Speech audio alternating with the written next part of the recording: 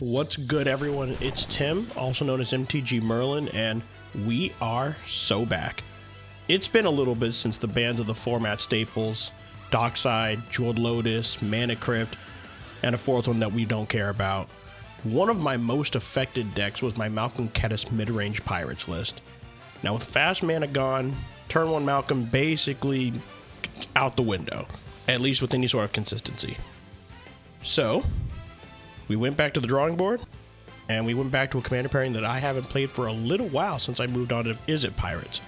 That's right, we went back to Temur Pirates. And so, the deck has been revitalized. Shinsekai Mugiwara Pirates is a turbo Temur Pirates deck that's looking to win the game on turns 3 or 4, or grind at least until it can find another window to win the game. Now the first question that I know everyone is asking is, if you wanted to add a color to cEDH Pirates, why green? Yes, Malcolm Vile is the more popular partner combination currently, but I personally prefer the green creature tutors and the consistency that green adds to the deck.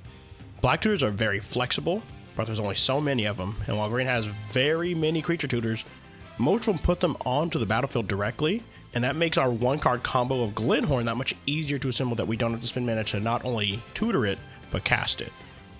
It also helps to assemble our secondary and tertiary combos since, when you know, they're all creature combos.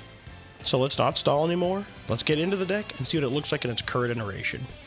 Our commanders are still Malcolm Keen-Eyed Navigator, but now partnered with Tana the Bloodsower. Malcolm makes treasures when pirates hit your opponents, and Tana, well, she hangs out in the command zone most of the time, but there are times when we cast her. Our deck has 3 main win conditions, and one that we include just because it might as well. Our first combo, and the one that everybody's afraid of, is Glinthorn Buccaneer, a 3-mana 2/4 Minotaur Pirate with haste that when we discard a card, pings our opponents for 1, and has an activated ability for 1 in a red, discard a card, then draw a card. Activate only if Glinthorn is attacking. With just this card and Malcolm on our board, we can shoot our opponents in the face equal to the number of cards in our deck, and usually that's enough. But let's say we're ready for it. They counter or kill our Glinthorn before we can do the thing. Well, our secondary combo is affectionately called Pirate Weaver. First, we find the namesake card, Reckless Fireweaver, a 2-mana 1/3 human artificer that when an artifact enters under our control, pings each opponent for 1. Not very scary. That is, until we cast one of our many type-changing spells to make Reckless Fireweaver a pirate. That way, whenever he pings our opponents, he makes more treasures because Malcolm sees him do it and then creates treasures as a result. Then the treasures he makes triggers him again, and again, and again, until the table is dead. While this combo is the backup, it's actually our most common way to win simply because it doesn't fall to artifact hate like the Glinthorn combo does. And finally, should everything be going wrong and we can't even get our commander on the board, we have yet another creature combo to win the game with, and it's a classic. Kiki, Jiki, Mirror Breaker, and Corridor Monitor. Now if you don't know, and honestly I don't know how you don't know, but either way, Kiki, Jiki, Mirror Breaker is a 5-mana 2/2 with haste that says tap, make a token that's a copy of target non-legendary creature you control onto the battlefield. It has haste. Sacrifice it at the beginning of the next end step. And Corridor Monitor is a 2-mana 1/4 artifact creature that, when it enters, untaps an artifact or a creature you control. And you should see where we're going from here.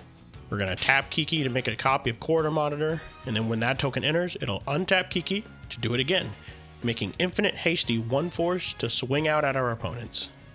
Those are our 3 major combos, and I did mention there was one more that we include just because. It's Breach. Yeah, Underworld Breach, Brain Freeze, Lion's Eye Diamond. It's the best win con in the format, and honestly, should have been on it earlier, if I'm honest. But regardless, these are all of our win cons, and while it may seem like a lot for one deck, they all actually layer very well as almost all of them are super easy to put together because our creature tutors give us access to everything we really want. We're playing just about all of the best tutors in our colors in order to find whatever pieces we might be needing, depending on the pod we're in. So we're on Invasion of Ikoria, Imperial Recruiter, Prime Speaker Vanifar, Gamble, Finale of Devastation, Neoform, Eldritch Evolution, Bring to Light, Worldly Tutor, Archdruid's Charm, Court of Calling, Intuition, Birthing Pod, Survival of the Fittest, and newly printed Nature's Rhythm. Editing Merlin here. This script was written actually before the unbannings happened earlier last month. Gifts definitely earns a slot here as a very easy way to assemble any of our combos since we have enough redundancy in all of our effects. Mostly because of how Gifts breaks down and how you can get the things back you want.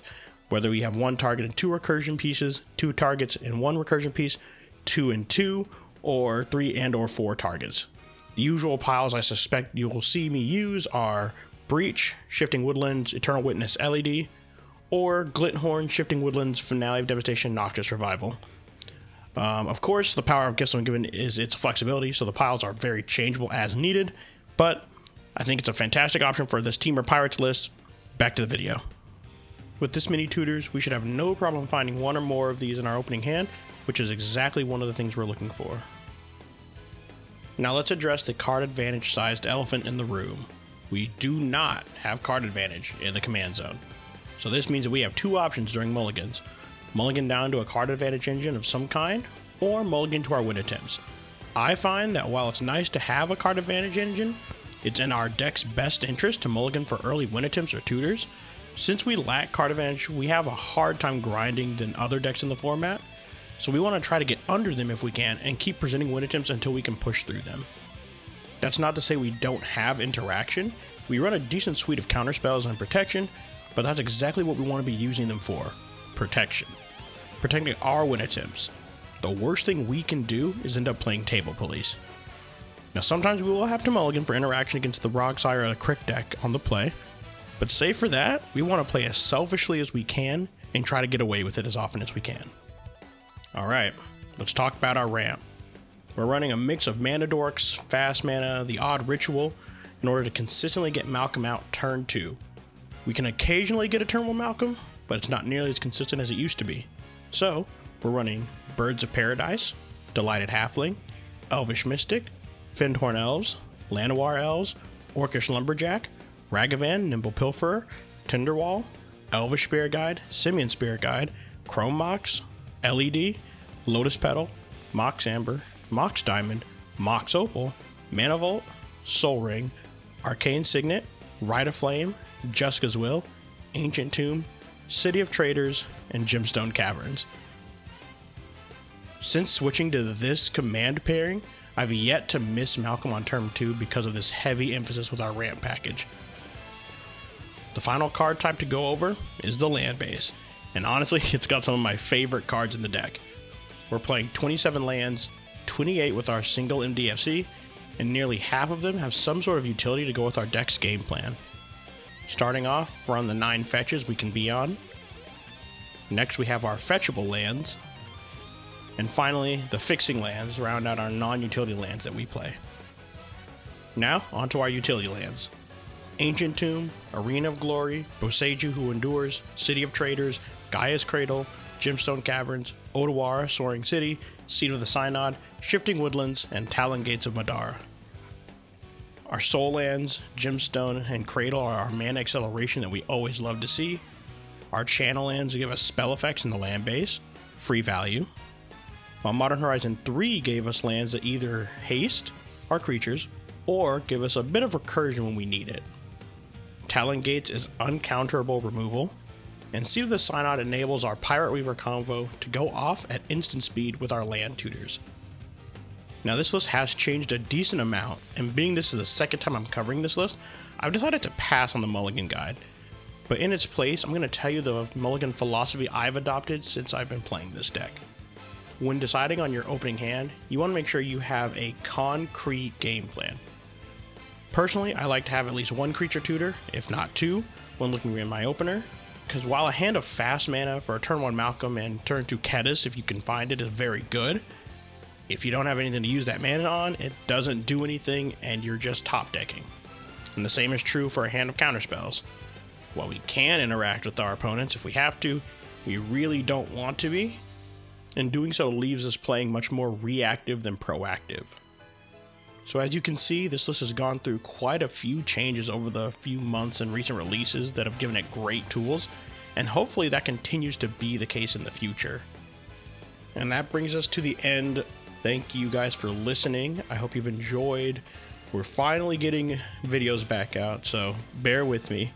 If you have any questions or comments, please leave them down below or on the deck list. Thank you for watching, and be easy.